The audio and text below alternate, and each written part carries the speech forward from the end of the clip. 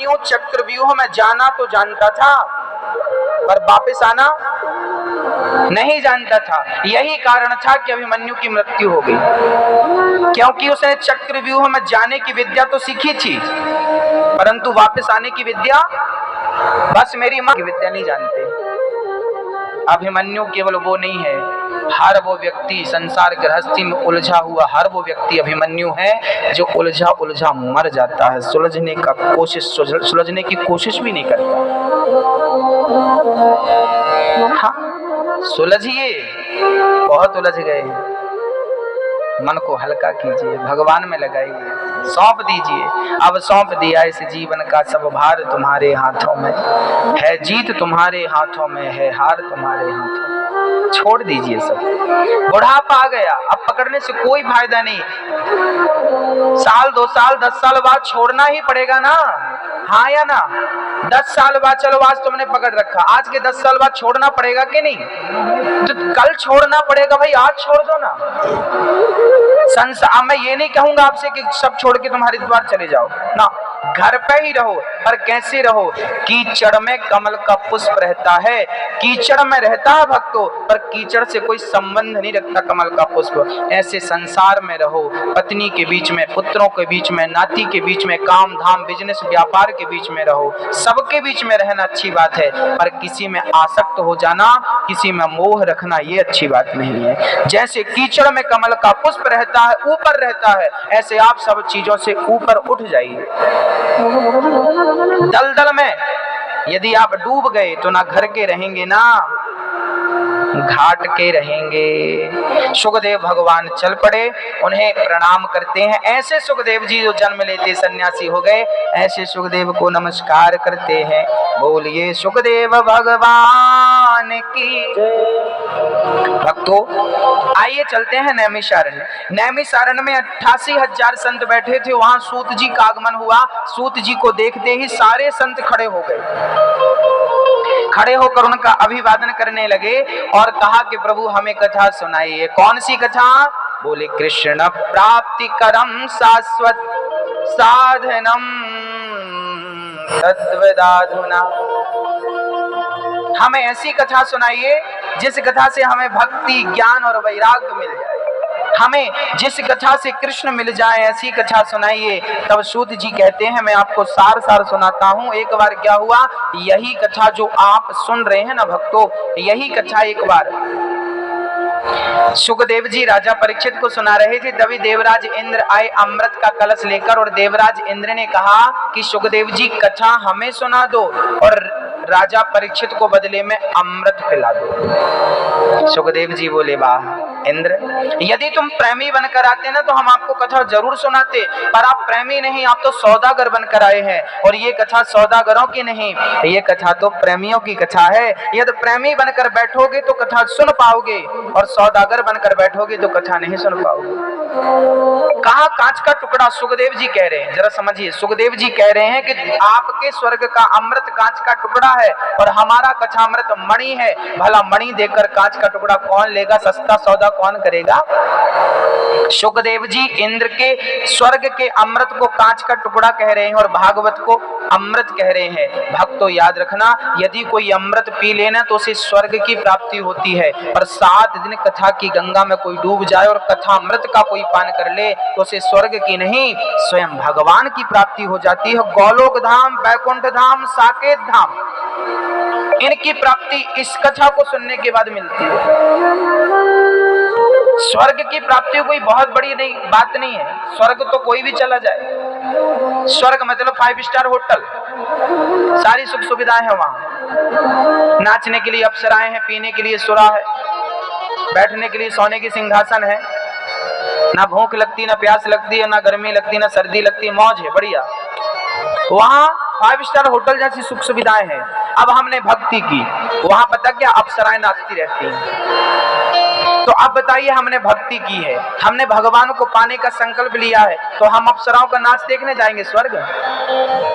हमें क्या करना, नाच रही है तो नाचने दो। हमें तो कोई फ्री में कहे कि स्वर्ग चले जाओ तो फ्री में नहीं जाए, हमें स्वर्ग से क्या काम।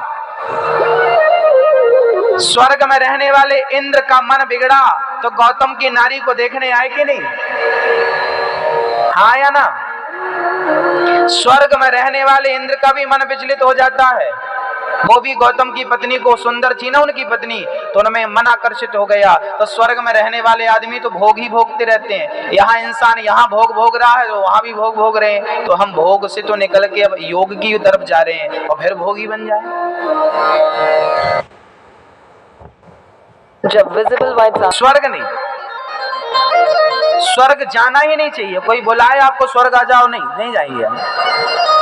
अपने पुण्य इतने करो कि आपको स्वर्ग नहीं, गोलोक धाम, वैकुंठ धाम जाने का अवसर मिले। वहां पर स्वयं भगवान बैठे हैं और नित्य निरंतर भगवान का दर्शन होता है और भगवान की लीलाओं में हमें ईश्वर सम्मिलित करते हैं, अपनी नित्य लीलाओं में। याद रखना भक्तों, भगवान की जो लीलाएं हैं ना, वो नित्य लीलाएं हैं। जैसे आज के 5500 साल पहले भगवान श्री कृष्ण इसी धरती पे आए थे। क्या बनकर आए थे? कृष्ण बनकर आए थे।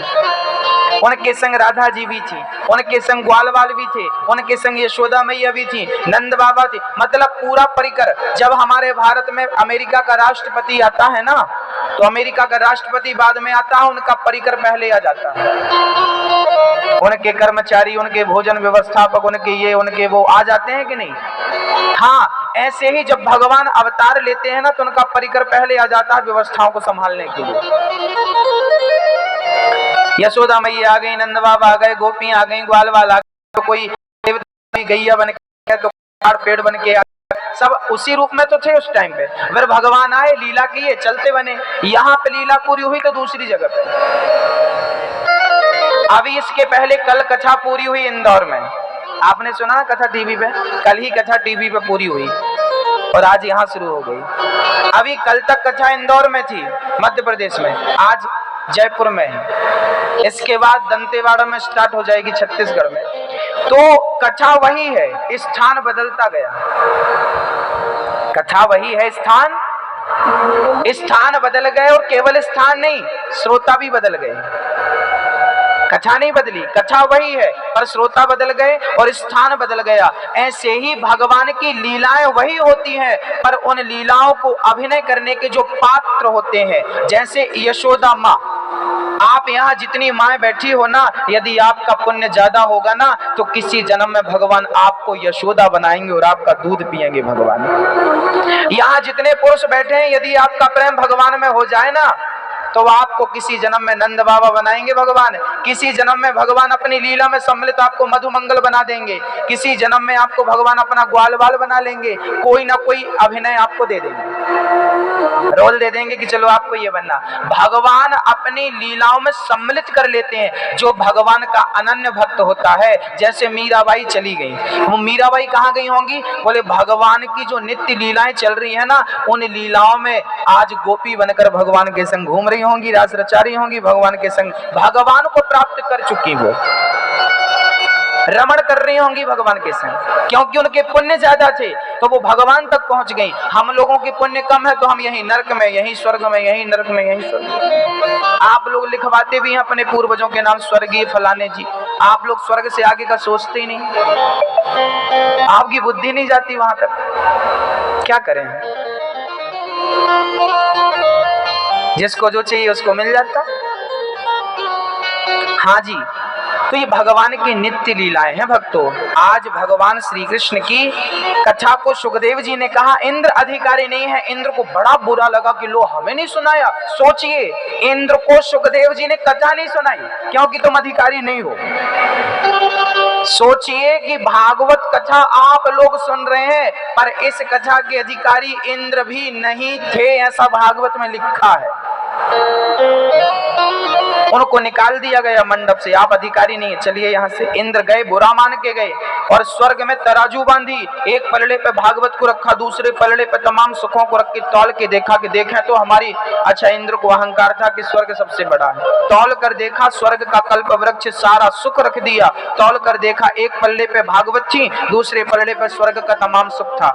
तौल कर देखा तो भागवत का पलड़ा भारी था, स्वर्ग के सुखों का पलड़ा ऊपर झूला झूल रहा था। इंद्र ने तुरंत भगवान को याद किया, प्रभु लाज बचाइए। तब भागवत से भगवान प्रकट हो गए। इंद्र ने कहा, प्रभु आप यहाँ? भगवान बोले, हम यहीं रहते हैं, जहाँ भागवत है वहाँ भगवान है। भागवत ही भगवान है और भगवान ही भागवत है। इस कलयुग में वही परमात्मा शब्द के रूप में है। भागवत का शब्द जब कान में पड़ता है तो शब्द के रूप में परमात्मा ही कानों के माध्यम से हृदय में जाकर विराजमान हो जाता है। वही परमात्मा, शब्द ही ब्रह्म है। शब्द को क्या बोला गया है मेरी माँ? क्या बोला गया? क्या बोला गया? अभी बताया ना, शब्द को क्या बोला गया? शब्द ही ब्रह्म है, मतलब शब्द ही ईश्वर है। शब्द को ब्रह्म की तरह देखा जाता है।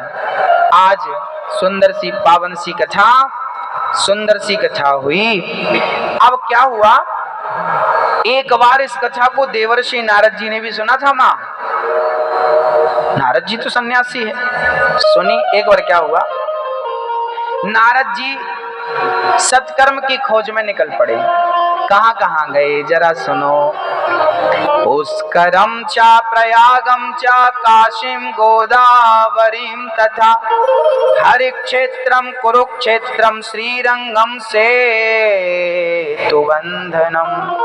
एक बार नारद जी पृथ्वी की समस्त दिशाओं में गए और शांति पाने के उद्देश्य से गए। कहां कहां? पुष्कर, प्रयाग, काशी, गोदावरी, हरिक्षेत्र, कुरुक्षेत्र, सारे तीर्थों में गए, पर ना पश्यम कुत्र मिच्छर्मः मनः संतोष कार्यक्रम, शांति नहीं मिली।